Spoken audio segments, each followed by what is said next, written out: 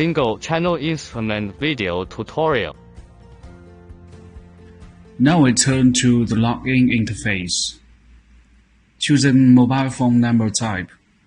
Then input your number to get a verification code. It shows that the code has been sent. Input the code to log in. Next step is to set a new measurement. Input a number you like to name the measurement file, like 112. Then turn back and confirm the information. Now we are at the measurement setting interface. You can choose the measure depth you need, from maximum 100 meter to 300 meter or 600 meter. Then choose the measurement method. Choosing electrode probe if you use the electrode type. Choosing Precision probe if you use the wireless sensor.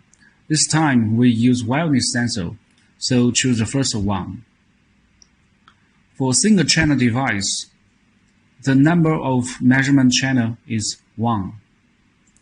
Then confirm the setting. Then we go to measurement interface. We could see that the measure button turned to green. Click it to start the measure and wait until it completes the zapping work.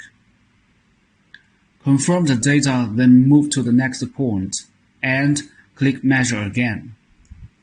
Repeat the operation until it could draw the graph. At least 6 points, we suggest 10 points. Now draw the map. Click draw and choose isoline graph. Choose 2D, then back to the main interface.